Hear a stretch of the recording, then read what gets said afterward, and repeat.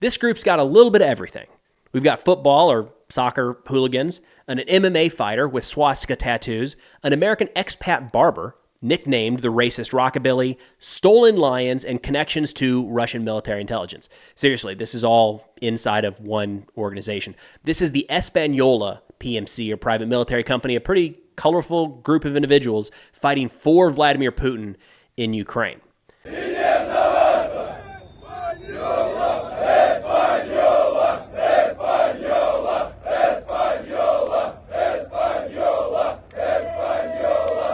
Now, for starters, it appears that Espanola has a few hundred members in their ranks, and they're currently deployed to eastern Ukraine, taking part in the fight for Chasiv Yar. I will link their Telegram channel in the description below.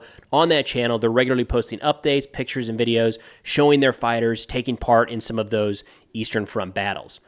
Now, Espanola can really trace their roots back to 2014, 2015 timeframe, during the initial Russian invasion of eastern Ukraine and the Donbass, but this current incarnation really formed in 2022. Now, Espanola is a Russian volunteer battalion consisting of hooligans or ultras, football's most fanatical and sometimes violent supporters. And apparently some of these more diehard groups are set up in a way that often resemble paramilitary organizations. So moving them from, violent support of their local club to actually fighting in a military organization wasn't that big of a jump, and is one of the reasons that Espanola has been able to, recruit as many people in recent years as they have. Now, Lucas Weber of Militant Wire said, quote, Espanola plays an important role in outreach to Russia's ultra-hooligan communities and in drawing recruits and support from these population segments for the war in Ukraine. Espanola appeals to a unique subset of Russia's far-right militarist ecosystem and is distinct from the neo-Nazi Rusich organization and the hardline Orthodox Russian imperial movement. We've actually done videos on both Rusich and the Russian imperial movement recently. If you want to check those out, again, kind of unique organizations inside of Russia. We'll have those linked in the description below. Now, between February 2022, when the invasion of Ukraine kicked off, and February of 2023, Russia contracted the Espanola group to the 114th Guards Motor Rifle Division, where they fought in the battle for Mariupol. And this is actually where they stole the lions. That's where this part comes in. So apparently during the chaos of the city falling to Russian forces, the zoo was either open or people went in there and took the lions. Either way, the fighters for Espanola ended up bringing some lion cubs home. Now, this is the kind of thing you'd expect from soldiers in a war zone. You can totally see Joe coming back from patrol with, a lion cub and saying, hey, I've got a new mascot for the unit. And there's always somebody in the organization to say, hey, you can't do that. We can't have a pet lion. That's crazy. I guess that person wasn't there in Espanola because this was a couple of years ago. And even today, these lions cubs, which are getting a lot bigger, are kind of featured prominently in a lot of Espanola's media. Now, by March 2023, Russian media outlets began reporting that Espanola's contract with the 114th had expired, and the unit was now operating as a private military company, or PMC. And since spring of 2023, Espanola has been subordinate to the Russian Ministry of Defense-controlled PMC Redoubt. Now, you'll see this spelled a couple different ways, R-E-D-U-T or R-E-D-O-U-T. It's designed to be pronounced as Redoubt, like a fort, so that's what we're going to go with. Now, this can get kind of confusing, so I'll see if I can break it down as simple as possible. PMC Redoubt is like a shell company for the Russian Ministry of Defense that provides administrative duties, logistical, and financial support for a variety of private military companies. Do you remember a little over a year ago when the Wagner Group got really powerful, and their leader, Yevgeny Prigozhin, decided to march on Moscow? So Putin didn't like that very much, obviously, but PMCs have been incredibly useful for Russia. So rather than risk a private army getting that powerful again, the Russian government just decided we'll make our own and we'll be in charge going forward. So it does make deniability on the Russian side a little harder, right? One of the benefits of Wagner is they could say it's not actually us. A little harder when these organizations are kind of being paid and subsidized through the Russian government, but it does give complete control to the government to squash any of these groups before they become too influential. That is essentially the background of PMC Redoubt that was originally founded with members of the Russian intelligence apparatus. Now, Redoubt has reportedly right now more than 20 units in their command, ranging from battalion to brigade size. Technically, these are all volunteer organizations and not members of the Russian military, except they kind of are. I mean, we have videos of the deputy head of the GRU, Russian military intelligence, giving out state awards to members of Espanola PMC. And the Espanola members actually make a pretty good salary or even offered benefits if they're killed or wounded in service. I'm talking about like 220,000 rubles per month to fight and as many as 5 million rubles if they die in combat.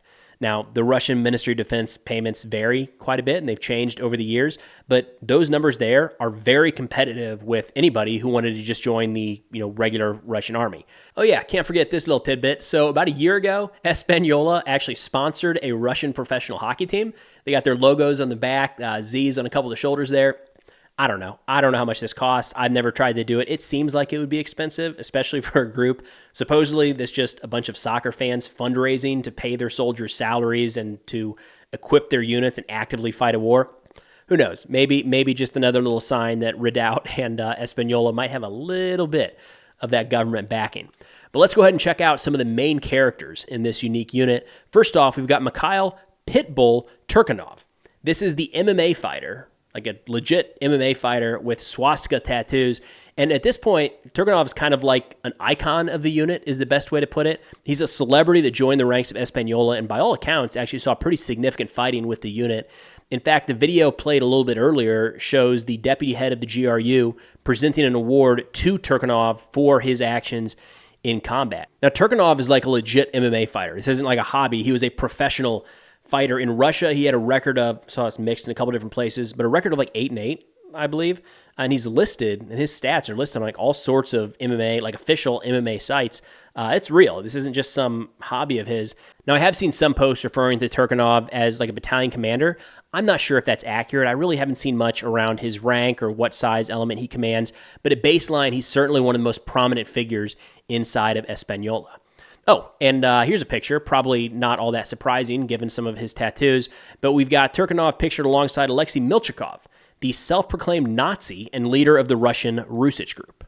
Then we've got Teddy Boy Greg, the American expat barber nicknamed the racist Rockabilly, who, according to his Telegram channel, says that he is the English-speaking media representative of the private military company Espanola.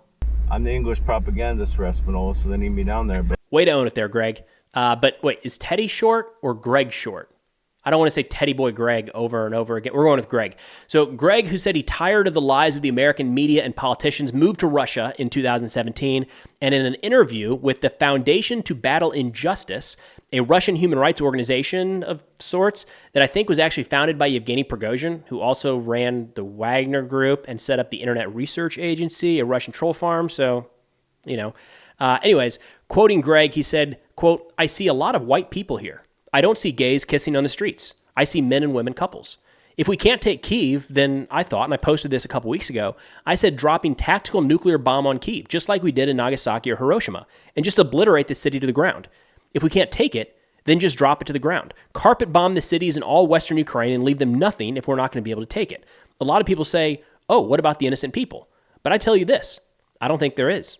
I think most of the people there, they're against Russia anyways. So all that craziness is kind of just the tip of the iceberg for the Espanola PMC. If you want to learn more about this organization, I'll put my sources in the description below, along with the Telegram channels for Espanola, Pitbull, and Teddy Boy Greg. I'll also link our ongoing fundraiser for the Ukrainian 47th Mechanized Brigade. Last month, we raised over $30,000 to provide Kazovac vehicles to their medics, and in September, we're going to be focusing on fundraising for drones and electronic warfare means to protect those Ukrainian vehicles from Russian drones. Your support has been awesome and is incredibly humbling to see everybody coming forward on that one. But that's all I got for now. Thanks for watching, and I'll see y'all next time.